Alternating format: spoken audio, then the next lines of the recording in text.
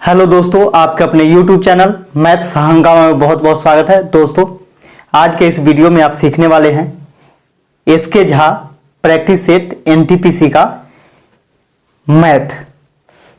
वो भी मैथ, यह तीसरा वीडियो है सेट 1 का। इससे पहले मैंने 2 वीडियो बनाया हूं। उस वीडियो का लिंक इस वीडियो के डिस्क्रिप्शन बॉक्स में मिल जाएगा, वहां से जाकर के आप उसे देख सकते हैं। और यदि आप इस चैनल पर नए हैं तो चैनल को सब्सक्राइब कर लीजिएगा, ताकि ऐसे ही वीडियो आपको बराबर मिलते रहेगा।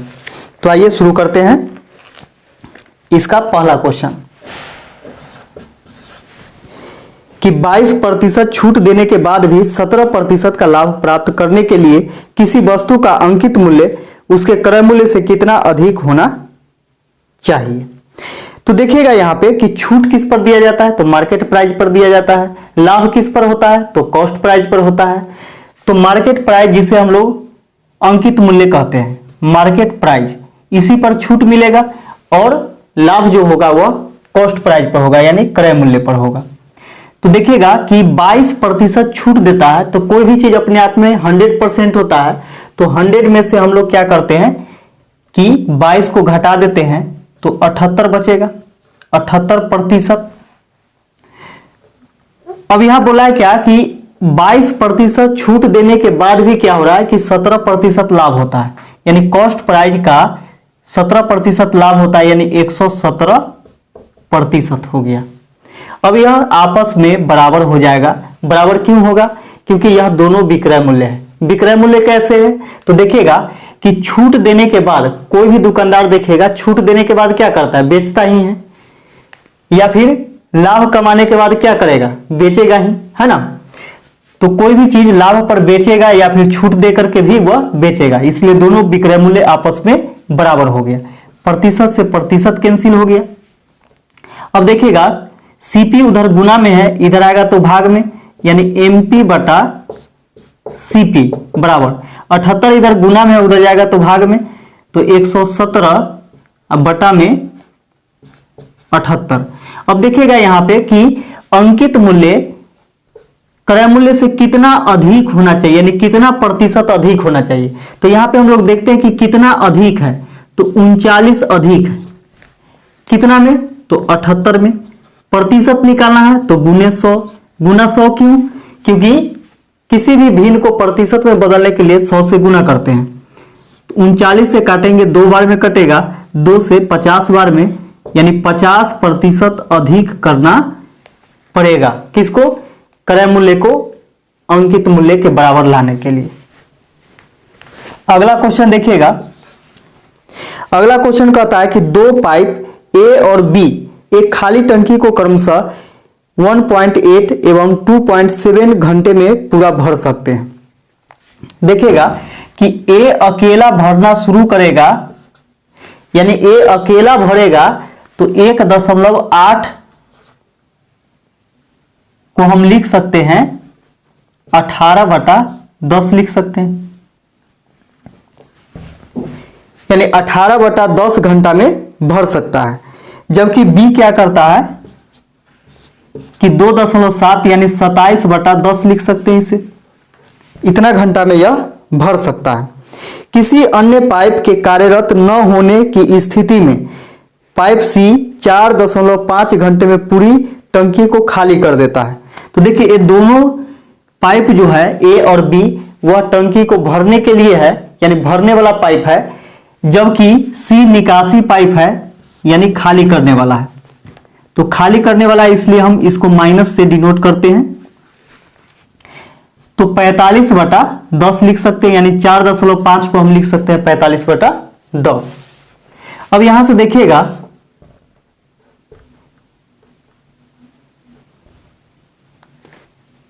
इसका एलसीएम जो होगा 18, 27, 45। एलसीएम क्यों निकालना है? क्योंकि जब भी आप टंकी की क्षमता निकालिएगा तो क्या करना होता है कि इसका एलसीएम निकालना होता है, ठीक है। तो यहां पे देखिएगा कि भिन्नों का लसा, यानी भिन्नों का लसा बराबर होता है अंशों का लसा बटा में हरों का मसा, यानी ऊपर वाला का अंश का एलसीएम और हर का एचसीएफ। तो 18, 27, 45 का एलसीएम निकालेगा तो 270 हो जाएगा। 270/10 बटा में 10 क्यों? क्योंकि 10 10 और 10 का HCF निकालिएगा तो 10 ही होगा। तो 270 बटा 10 कीजिएगा तो क्या हो जाएगा? 27 हो जाएगा। ठीक है, अब 27 में क्या करना है कि इससे आपको भाग देना है, 18 बटा 10 से भाग देना है।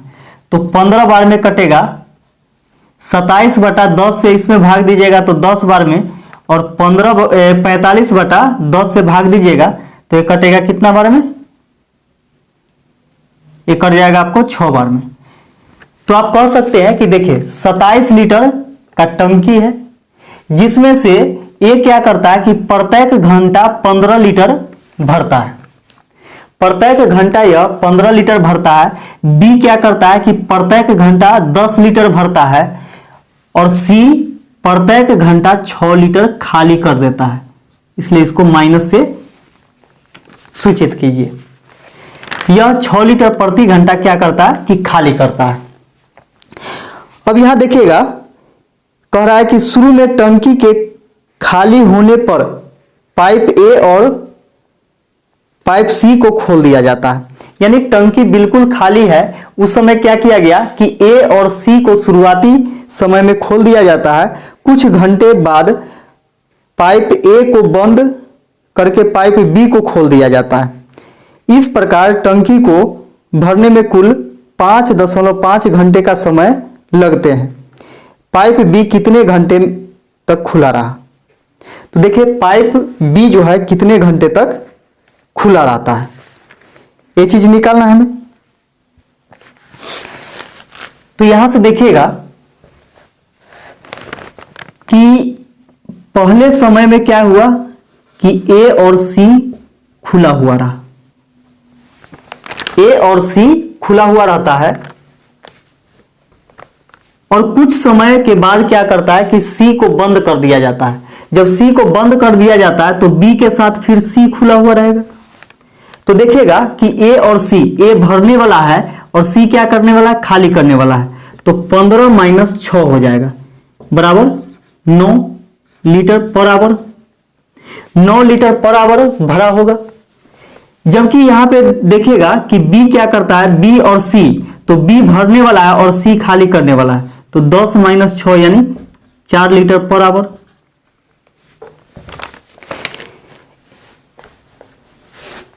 टोटल समय कितना लगता है? 5.5 घंटा, यानी 5.5 घंटा लगता है। तो माना कि बी जो चला होगा वह x घंटा चला होगा। जब बी x घंटा चला होगा तो ए चला होगा कितना? सी तो बराबर चल रहा है क्योंकि ए के साथ भी है और बी के साथ भी है, तो इससे कोई मतलब नहीं है। यहां से क्या कीजिए कि बी और सी, यानी बी जो है x घंटा चला होगा तो सी कितना देर चला होगा? तो सी चला होगा 5.5 माइनस एक्स, इतना समय चला होगा। तो देखिएगा कि ए क्या करता है कि कितना भरता है पानी। तो ए जो भरता है वह भरता है कितना? 9 के हिसाब से 9 लीटर प्रति घंटा। तो इतना घंटा में कितना भरेगा? गुने 9। और बी कितना भरा होगा? तो x घंटा में प्रत्येक घंटा 4 लीटर, तो दोनों को गुना करेंगे तो इतना लीटर, दोनों को जोड़ेंगे तो कुल कितना लीटर हो गया? इतना लीटर ए भरा और इतना लीटर बी भरा, तो कुल इतना भरा गया है। जबकि भरा जाता है कितना? 27 लीटर। दोनों बात आपस में बराबर हो जाएगा। इसे इसमें गुणा करेंगे, 9×5 45 के 5, 9×5 45 और 4 49, 49.5 माइनस 9x प्लस में 4x बराबर 27। अब देखिएगा कि 49.5 को हम उधर घटाते हैं और इसको इसमें से घटाते हैं तो माइनस 5x बराबर हो जाएगा। इसमें से इसको घटाएंगे तो 5.9 में से 7 घटेगा 2, 4 में से 2 घटाइएगा तो 2, यानी 22.5। माइनस में माइनस से माइनस कैंसिल हो गया, 5 से इसको काटिएगा तो 5 चौके 20 और 5 25, यानी x का वैल्यू क्या आ गया? x बराबर 4.5 घंटा। x का वैल्यू आ गया 4.5 घंटा, जो कि b को सूचित करता है, तो बी कितना समय में यह बी जो है कितना समय तक खाली रहा यानी खुला रहा, तो बी जो है 4.5 घंटे तक खुला रहा। अगर ए के बारे में पूछता कि ए कितना देर खुला रहा, तो ए कितना देर खुला रहेगा, तो 5.5 यानी 5.5 घंटा में से 4.5 घंटा घटा देंगे तो 1 घंटा कौन खुला रहा, ए खुला रहा।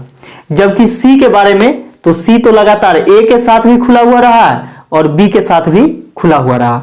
ठीक है, तो आंसर हो गया इसका 4.5 घंटा यानी 4.5 घंटा। अगला क्वेश्चन देखिएगा। अगला क्वेश्चन है कि दिए गए वेन आरेख में त्रिकोण स्वस्थ लोगों का प्रतिनिधित्व करता है, यानी त्रिकोण जो है वह स्वस्थ लोगों का प्रतिनिधित्व करता है। तो सबसे पहले हम लोग बना लेते हैं इसको चित्र।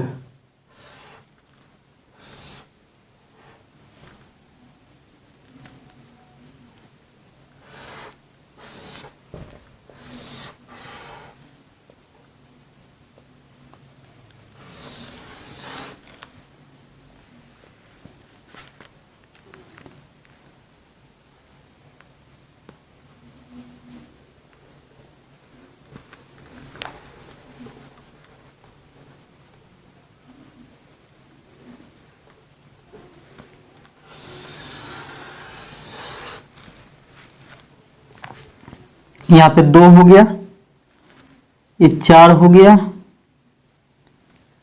ये 3 हो गया, ये 5 हो गया, अब कोई नहीं है। तो देखिएगा त्रिकोण जो है स्वस्थ लोगों को प्रतिनिधित्व करता है, यानी त्रिकोण में जितने लोग हैं वह क्या है, स्वस्थ।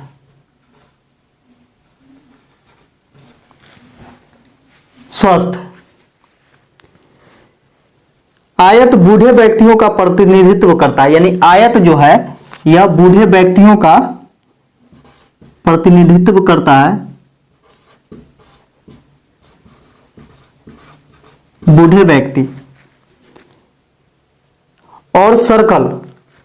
सर्कल यानी जो वृत्त है, तो वृत्त किसको प्रतिनिधित्व करता है, तो पुरुषों को प्रतिनिधित्व करता है। पुरुषों को प्रतिनिधित्व करता है। तो क्वेश्चन में पूछ रहा है कि स्वस्थ लेकिन बूढ़े पुरुषों की संख्या क्या है, यानी स्वस्थ भी होना चाहिए और बूढ़े पुरुष की संख्या पूछ रहा है। तो देखिएगा, यानी त्रिकोण में भी आना चाहिए, आयत में भी आना चाहिए और सर्कल में भी आना चाहिए। तो वह कौन है, तो वह कौन है जो कि त्रिकोण में भी है, आयत में भी है और सर्कल में भी है। तो देखिएगा यहां पे कि 4 जो है वह सर्कल में भी है, आयत में भी है और त्रिकोण में भी है। तो यहां से क्वेश्चन पूछा था कि स्वस्थ लेकिन बूढ़े पुरुषों की संख्या क्या होगा। तो स्वस्थ भी होना चाहिए, बूढ़े भी होना चाहिए और पुरुष भी होना चाहिए, यानी 4 जो है यह स्वस्थ भी है, पुरुष भी है और बूढ़े भी है। तो ऑप्शन नंबर ए हो जाएगा इसका आंसर। अगला क्वेश्चन देखिएगा। अगला क्वेश्चन है कि एक वस्तु को 4% तथा 12% के लाभ में बेचने पर विक्रय मूल्य में अंतर 3 रुपए का है, तो दोनों विक्रय मूल्यों का अनुपात क्या होगा। देखिएगा कि 4% और 12% के लाभ है, यानी एक पर 4% लाभ मिला है और दूसरे पर 12% लाभ मिला है, और दोनों के बीच में विक्रय मूल्य का अंतर जो है वह 3 रुपए के बराबर है। तो हम लोग यहां से देखते हैं कि ये दोनों में कितने का अंतर है, तो 8% का अंतर है, लेकिन रुपया में है 3 रुपया का। दोनों बात बराबर हो गया। 1% का वैल्यू हो गया 3/8, 3/8 हो गया। तो पूछा है क्या कि दोनों विक्रय मूल्यों का अनुपात कितना होगा। तो 1% का वैल्यू इतना हो गया, तो 4% का वैल्यू निकालिएगा, तो 4 × 3/8 ये हो जाएगा 12×3/8। तो 12 गुने नहीं, सॉरी, क्योंकि देखिएगा ये तो क्या है, ये तो लाभ है, जबकि यहां पे विक्रय मूल्य पूछ रहा है, विक्रय मूल्य का अनुपात पूछ रहा है। तो देखिएगा कोई भी चीज अपने आप में 100% होता है, तो 100% और 4% लाभ यानी 104 हो जाएगा, और ये हो जाएगा आपका 12% लाभ यानी 112 हो जाएगा, और इसका अनुपात पूछ रहा है। तो अनुपात में आप जानते होंगे कि कटता है, अनुपात में अनुपात, तो 3/8 से 3/8 कट गया। इसको आप काटिएगा तो 4 दूनी 8 और 4 छक 24, 4 से 4 दूनी 8, 4 8 32, 2 से काटेंगे 13 दूनी 26 और 14 दूनी 28, यानी दोनों के विक्रय मूल्यों का अनुपात जो होगा वह 13:14 हो जाएगा। यह इसका आंसर हो जाएगा। अगला क्वेश्चन देखिएगा। अगला क्वेश्चन है कि यदि tan 4 theta plus tan square theta बराबर 11 हो तो पूछ रहा है sec 4 theta minus sec square theta बराबर व्हाट, यानी इतना का वैल्यू पूछ रहा है। तो देखिएगा ऐसे भी आप आंसर याद रख सकते हैं, यानी इतना बराबर 11 है तो इतना बराबर भी 11 होगा, और वो भी कैसे होगा। तो देखिए आंसर याद रखना वो अलग बात है, बनाना अलग बात होता है। तो यहां पे हम बना करके आपको बताते हैं। अगर उतना आ गया तो याद रखिएगा कि ऐसा क्वेश्चन जब भी पूछा जाएगा, अगर ऐसा सेम रहेगा तो जितना इसका वैल्यू होगा उतना ही इसका भी वैल्यू होगा। तो सबसे पहले हम लोग देखते हैं यहां पे कि tan 4 थीटा, tan के power 4 theta plus tan square theta, ये दोनों में कॉमन क्या है। तो कॉमन जो है tan स्क्वायर थीटा, इसको हम बाहर निकाल लेते हैं। तो इसमें बच जाएगा tan स्क्वायर थीटा प्लस 1 बराबर 11, बराबर में कितना 11। यहां देखिएगा कि एक फॉर्मूला आपको ध्यान में रखना होगा, sec square theta minus tan square theta बराबर होता है 1। Sec square theta minus tan square theta बराबर क्या होता है 1 होता है। तो इसको हम यदि उधर भेजते हैं सेक स्क्वायर थीटा, और एक उधर से इधर आएगा तो माइनस में 1 हो जाएगा, अब माइनस में tan स्क्वायर थीटा उधर जाएगा तो प्लस में हो जाएगा tan स्क्वायर थीटा। तो सेक स्क्वायर थीटा माइनस 1 बराबर tan स्क्वायर थीटा। अब यहां देखिएगा कि इसको हम यदि उधर ले जाते हैं तो सेक स्क्वायर थीटा बराबर हो जाएगा 1 प्लस tan स्क्वायर थीटा। तो देखिएगा ये भी अप्लाई होगा और ये भी अप्लाई होगा, ये दोनों, ठीक है। तो यहां से हम लोग क्या करते हैं कि tan स्क्वायर थीटा बराबर क्या, तो tan स्क्वायर थीटा बराबर हम लिख सकते हैं सेक स्क्वायर थीटा माइनस 1, कितना का वैल्यू, तो tan स्क्वायर थीटा का वैल्यू। इसका देखिएगा tan स्क्वायर थीटा प्लस 1, तो tan स्क्वायर थीटा प्लस 1 कहिए या फिर 1 प्लस tan स्क्वायर थीटा कहिए। तो इसका वैल्यू क्या है सेक स्क्वायर थीटा, तो इसके जगह पे हम रखेंगे into sec square theta, into sec square theta बराबर कितना 11। अब इससे दोनों में गुना, इससे इसमें भी गुना, इससे इसमें भी गुना, तो इससे इसमें गुना कीजिएगा, पावर पावर जुड़ जाएगा, तो sec 4 theta minus sec square theta बराबर कितना हो गया 11।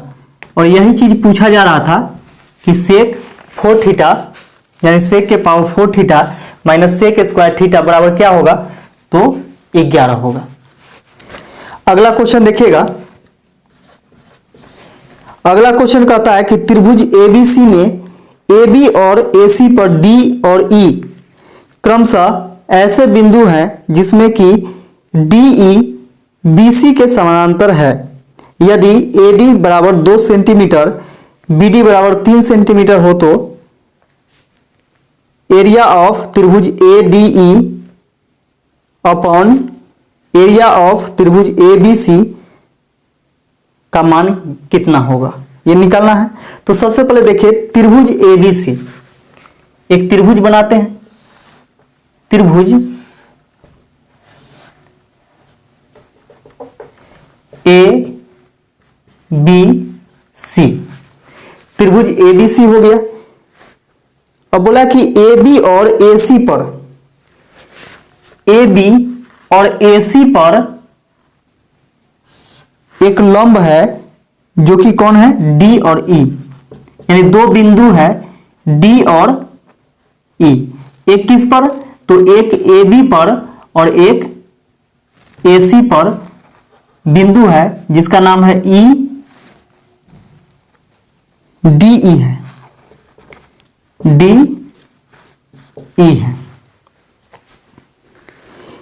जिसमें कि डी ई बी सी के समानांतर है। यानी डी ई जो है बी सी के समानांतर,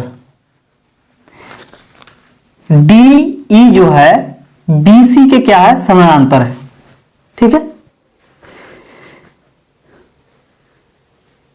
अब यहां पे दे दिया है क्या कि AD बराबर 2 सेंटीमीटर, यानी A से D तक का दूरी जो है वह 2 सेंटीमीटर है, जबकि B से D तक का दूरी जो है वह 3 सेंटीमीटर, B से D तक का दूरी जो है वह 3 सेंटीमीटर है। तो पूछ रहा है कि एरिया ऑफ त्रिभुज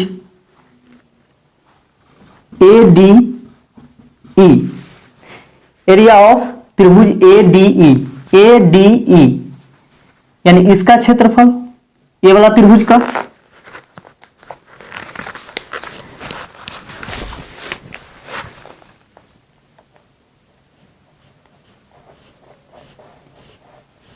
ये वाला त्रिभुज का है ADE। इसके बाद पूछ रहा है आपसे अपॉन में यानी बटा में, इसको अनुपात भी बोल सकते हैं, बटा को अनुपात में भी लिखते हैं, एरिया ऑफ त्रिभुज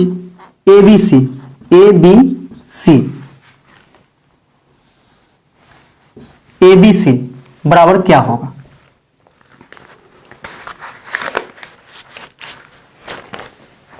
ABC का क्षेत्रफल, ABC का क्षेत्रफल यानी ये पूरा, ये पूरा का अपॉन में है। तो देखिएगा ऐसे प्रश्न को बनाने का तरीका है, कुछ इसका कंडीशन है लेकिन कंडीशन फिर बतलाने में बहुत ज्यादा समय लग जाएगा। तो देखिएगा यहां पे कि त्रिभुज ADE यानी ये छोटा वाला त्रिभुज का क्षेत्रफल, तो इसका देखिएगा कि भुजा कितना है, 2 सेंटीमीटर है, तो 2 का स्क्वायर यानी AD का स्क्वायर करेंगे बटा में।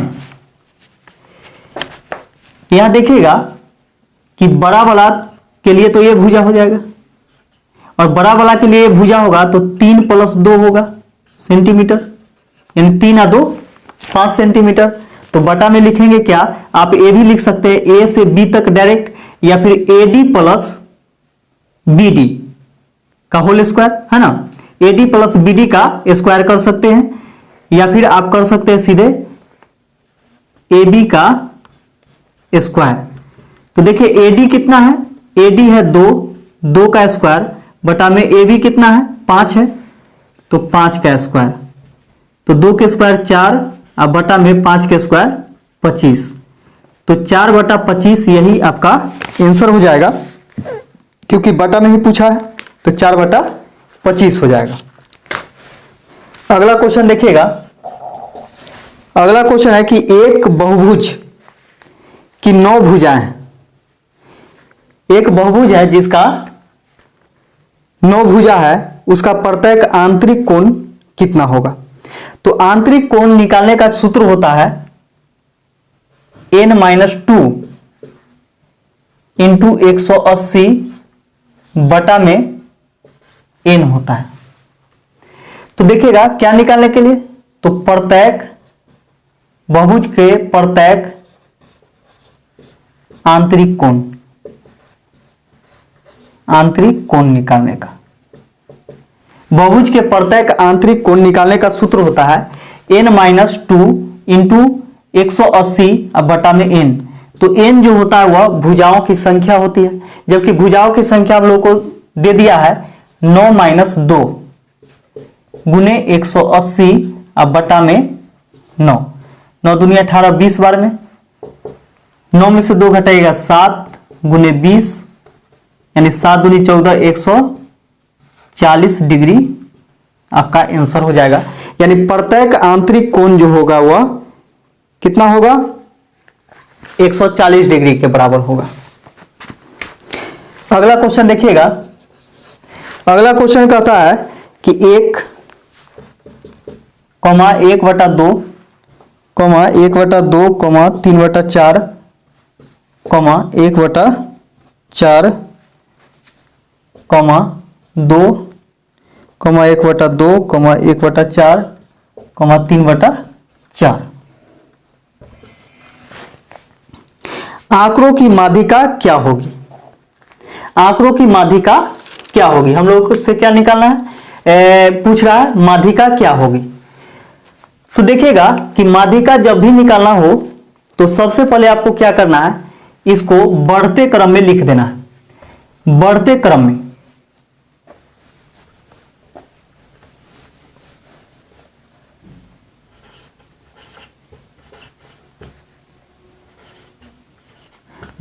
में लिखना है, यानी आरोही क्रम में। बढ़ते क्रम यानी आरोही क्रम में लिखना है। तो देखिएगा बढ़ते क्रम में लिखने के लिए हम लोग क्या करते हैं कि सबसे पहले छोटा लिखते हैं, यानी सबसे छोटा जो होता है उसको लिखते हैं, इसका उससे बड़ा, उससे बड़ा, उससे बड़ा, ठीक है। तो सबसे छोटा देखिए इसमें कौन है, तो सबसे छोटा जो है वह 1/4 है, क्योंकि 1 रुपया को 4 भाग में बांटिएगा तो 25 पैसा होगा, जबकि 1/2 को बांटिएगा यानी 1 रुपया को 2 भाग में बांटिएगा तो 50 पैसा होगा। 1.5 रुपया को 4 भाग में बांटिएगा तो कितना हो जाएगा, 75 पैसा, है ना। तो देखिएगा यहां सबसे छोटा कौन नजर आ रहा है हमें, तो सबसे छोटा आ रहा है 1/4। तो 1/4 2 बार है, 1/4, 1/4। इसके बाद इससे बड़ा कौन है, 1/2 वाला है, 1/2, 1/2, 1/2 3 बार है, कॉमा। इसका इससे बड़ा कौन है, 3/4, ये भी 2 बार है, 3/4, कॉमा। अब इससे बड़ा कौन है, 1 है, और इससे बड़ा कौन है, 2 है, यानी यह बढ़ते क्रम में एडजस्ट हो गया। अब यहां से आपको गिनना है कि कुल कितना है संख्या, 1 2 3 4 5 6 7 8 9, 9 संख्या है। तो 9 संख्या है, इसको क्या करना है आपको,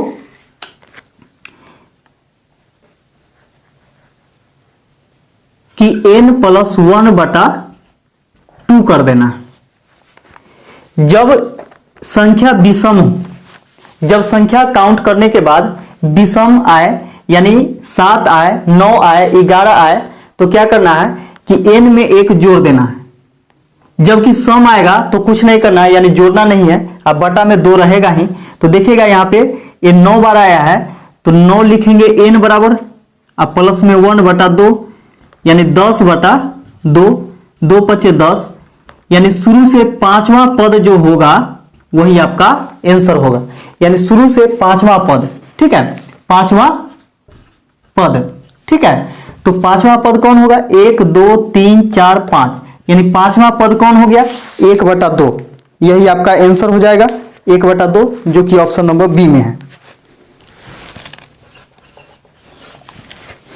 अगला क्वेश्चन देखिएगा, आपके सामने दिख रहा होगा क्वेश्चन, कि किस वर्ष पहले वर्ष की तुलना में जनसंख्या में प्रतिशत वृद्धि सबसे अधिक रही है। तो देखिएगा यहां से वर्ष दे दिया है कितना, 1951, 1961, 1971, 1981, 1991 और 2001। इसका दे दिया है 0, 10, 20, 30, 40, 50, 60, 70, 80।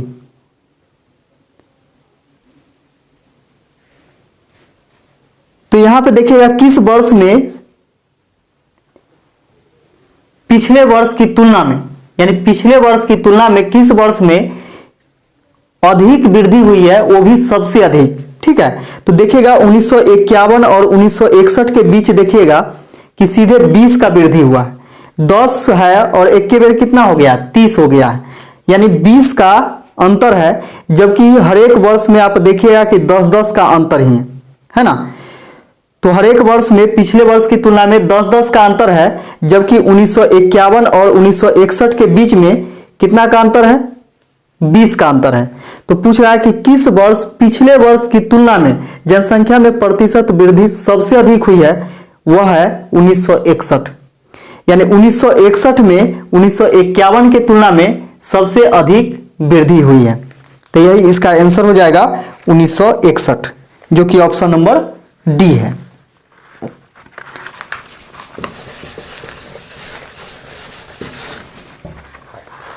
अगला क्वेश्चन देखिएगा, जो कि वीडियो का लास्ट क्वेश्चन है और यह प्रैक्टिस सेट का भी लास्ट क्वेश्चन है। तो देखिएगा x माइनस 3 बराबर 3x प्लस 7।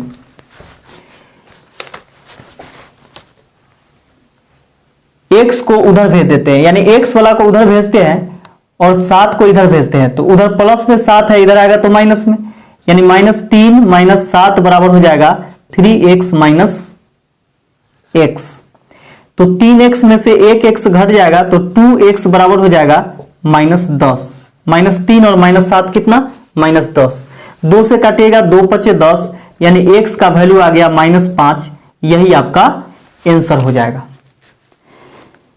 तो वीडियो यदि अच्छा लगा हो तो वीडियो को ज्यादा से ज्यादा शेयर कीजिए और चैनल को सब्सक्राइब करना भूलिएगा मत, क्योंकि ऐसा ऐसा वीडियो आपके पास हमेशा आते रहेगा। और कमेंट करके बताइएगा कि वीडियो कैसा लगा। तो वीडियो देखने के लिए आप सभी को बहुत बहुत धन्यवाद।